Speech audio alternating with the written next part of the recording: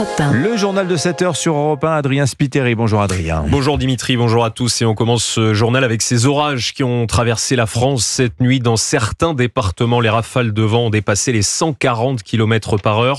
100 000 foyers étaient privés d'électricité hier soir. Charles Bouchin est avec nous pour en parler. Bonjour Charles. Bonjour Adrien, bonjour à tous. Charles, le dernier bilan fait état de 2 morts. Oui, dans la Mayenne, un homme de 59 ans est mort au guidon de son quad après avoir percuté un arbre tombé sur la route. Et dans le Tarn-et-Garonne, c'est un adolescent de 12 ans qui a été tué par la chute d'un arbre. Sur les réseaux sociaux, vous l'entendez, de nombreux internautes ont partagé des images impressionnantes du passage de cet orage. Beaucoup prennent en photo des grêlons dans leurs mains, des boules de glace, parfois même de la taille d'une balle de tennis. Un homme également se filme à l'intérieur de sa voiture, à l'arrêt sur le bas-côté de la route. Les grêlons déferlent sur son pare-brise et même avec les essuie-glaces, bien difficile pour lui de voir à plus d'1 mètre. Je suis obligé de m'arrêter là, c'est terrible. La route est barrée.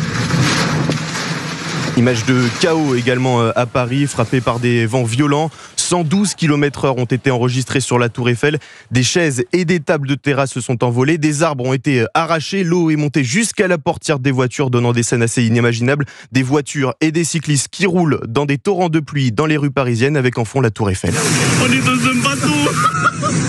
Là, dès que tu peux sortir, Ah, vraiment. Et ce matin encore, des équipes de la voirie s'activent pour rendre praticables certains axes routiers. Ils tronçonnent les arbres tombés et déblayent les routes. Les précisions de Charles Bouchin pour Europe 1. Et justement, dans la capitale, ces intempéries ont même obligé l'Assemblée à interrompre ses débats hier. Écoutez François Bayrou. Ça fuit. Est-ce que vous vous êtes aperçu qu'il pleuvait ? Je viens de le voir, monsieur le Premier ministre. On m'avait dit que l'hémicycle était étanche, mais visiblement... Voilà, notez que la vigilance orange est désormais levée et que les températures vont être une nouvelle fois très élevées sur le territoire ce week-end. Et il est 7h03 sur Europe 1. Nous partons à La Haye, aux Pays-Bas. Quel bilan pour le sommet de l'OTAN qui s'est achevé hier soir sous la pression américaine. Les 32 pays membres se sont accordés sur une trajectoire budgétaire. Oui, objectif porté d'ici à 2032 leurs dépenses de sécurité et de défense à 5% de leur PIB nationaux. Alors si certains, comme la Pologne, s'en approchent, d'autres, comme la France, vont devoir faire des efforts. William Molinier, concrètement, à quoi ressemblerait l'armée française si cet objectif des 5% était atteint ? Eh bien d'abord, il faut comprendre que cet objectif des 5% est en réalité ventilé en 2 tiroirs. Le premier de 3,5%, ce sont les dépenses purement liées à la défense. Les 1,5 restants sont dédiés à la sécurité au sens large, comme le cyber ou les infrastructures militaires. Il n'y aura donc pas de changement d'échelle de l'armée française. Cela servira surtout à combler les trous, prévoit un ancien artisan de la loi de programmation militaire. Les premières dépenses seront attribuées à la modernisation de l'arsenal nucléaire et à rattraper le retard dans le renseignement spatial ou le traitement des données grâce à l'intelligence artificielle. Il y aura certes un peu plus de matériel, peut-être même un 2e porte-avions livré plus rapidement, davantage de Rafales, mais clairement le format des armées ne va pas évoluer. Au mieux, il va se densifier. En fait, le vrai défi, commente un spécialiste des budgets militaires, ce n'est pas d'acheter, mais de dépenser mieux. Les procédures sont longues, rigides, coûteuses et peu adaptées à un matériel qui, on l'a vu en Ukraine et au Moyen-Orient, évolue en permanence. William Molinier pour Europe 1. Un homme demandait justement cet effort financier, c'est Donald Trump, depuis plusieurs années déjà. Alors forcément, après cet accord, le président américain a revendiqué une grande victoire pour tout le monde, mais surtout pour les États-Unis. Voilà, l'OTAN, ce sommet, cet effort budgétaire massif pour la défense, on en parle dans quelques minutes avec notre premier invité sur Europe 1, l'ancien colonel Père de Jong. On revient en France. Le meurtrier du médecin militaire Alban Gervaise a été jugé pénalement irresponsable hier. Conséquence, Mohamed El ne répondra jamais de ses actes devant la justice. Il avait pourtant poignardé en 2022 à Marseille ce médecin qui venait chercher ses enfants à l'école. Mais la justice a suivi les conclusions des psychiatres et l'issue ne laissait guère de doute. Les explications du correspondant à Marseille, Stéphane Burgat. 3 expertises psychiatriques aboutissent à cette même conclusion que redoutait Christelle, la veuve d'Alban Gervaise, dans une interview donnée hier au Figaro. Comment expliquer à ses enfants que le meurtrier de son papa ne va pas en prison ? Quand je leur en ai parlé, ils m'ont dit mais c'est pas juste en fait, c'est très grave ce qu'il a fait, il faut qu'il ait une grosse punition.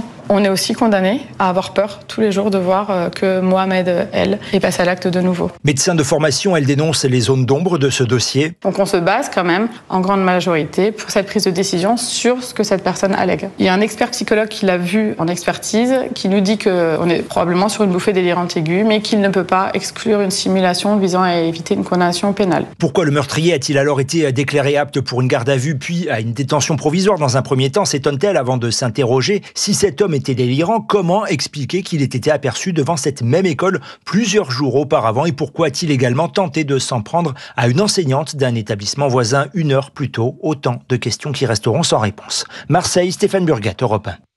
Jordan Bardella doit se tenir prêt. Ce sont les mots de Marine Le Pen à moins de 2 ans de la présidentielle. Dans un entretien accordé à nos confrères de Valeurs Actuelles, la chef de file des députés RN à l'Assemblée est revenue sur sa peine d'inéligibilité de 5 ans avant son procès en appel. Pendant ce temps, le Premier ministre François Bayrou va tenir une conférence de presse cet après-midi. Le but, dévoiler les dernières conclusions du conclave sur les retraites après des échanges avec les organisations syndicales et patronales. Voilà, ce sera aux alentours de 17h, donc depuis Matignon. Et puis les derniers adieux, Adrien, à Bernard Lacombe. Oui, les obsèques de l'ancien joueur et dirigeant historique de l'OL ont eu lieu hier au lendemain de l'annonce de la relégation du club en Ligue 2. Les anciennes gloires de l'OL présentes hier ne cachaient pas leur inquiétude. Reportage à Fontaine-sur-Saône de notre correspondant d'Europe 1 à Lyon, Jean-Luc Bougeon. Évidemment, hier, devant l'église, les anciens joueurs de l'OL n'avaient pas le cœur à parler de ça. Pourtant, le sort de leur club est au centre de leurs préoccupations, comme le reconnaît Grégory Coupel, gardien de but des grandes années. Je ne vais pas commenter ce que c'est d'être un dirigeant, mais j'avoue que je pense que je suis, comme tous les Lyonnais, hyper inquiet. Inquiet lui aussi, Jean-Michel Aulas. Dans l'église, durant son hommage à Bernard Lacombe, l'ex-président de l'OL ne s'est pas privé d'évoquer sans le dire la situation du club avec ce message sibyllin. Toi, Bernard, tu as incarné des valeurs, et ces valeurs-là, aujourd'hui, on en a besoin à l'OL. À l'OL, on a besoin de figures qui rassemblent, de voix sincères, d'engagement solide, pas de division. À n'en pas douter, une pierre dans le jardin de John Textor, l'actuel président de l'OL, qui n'était pas présent hier, mais dont la gestion chaotique depuis 2 ans pose question. Hier, son bras droit, Mathieu Louis-Jean, directeur technique du club, n'a rien voulu dire. Je préfère pas parler de la situation actuellement. Merci beaucoup. Une communication minimaliste qui tranche avec l'exubérance souvent affichée par John Textor devant les micros, signe peut-être de la fébrilité d'un club qui sait que son sort ne tient désormais plus qu'à un fil. Fontaine-sur-Saône, Jean-Luc Bougeon, Europe 1. Et à noter que les supporters justement de l'OL appellent à se rassembler samedi pour demander la démission de l'actionnaire John Textor. Merci Adrien Spiteri, c'était votre journal sur Europe 1.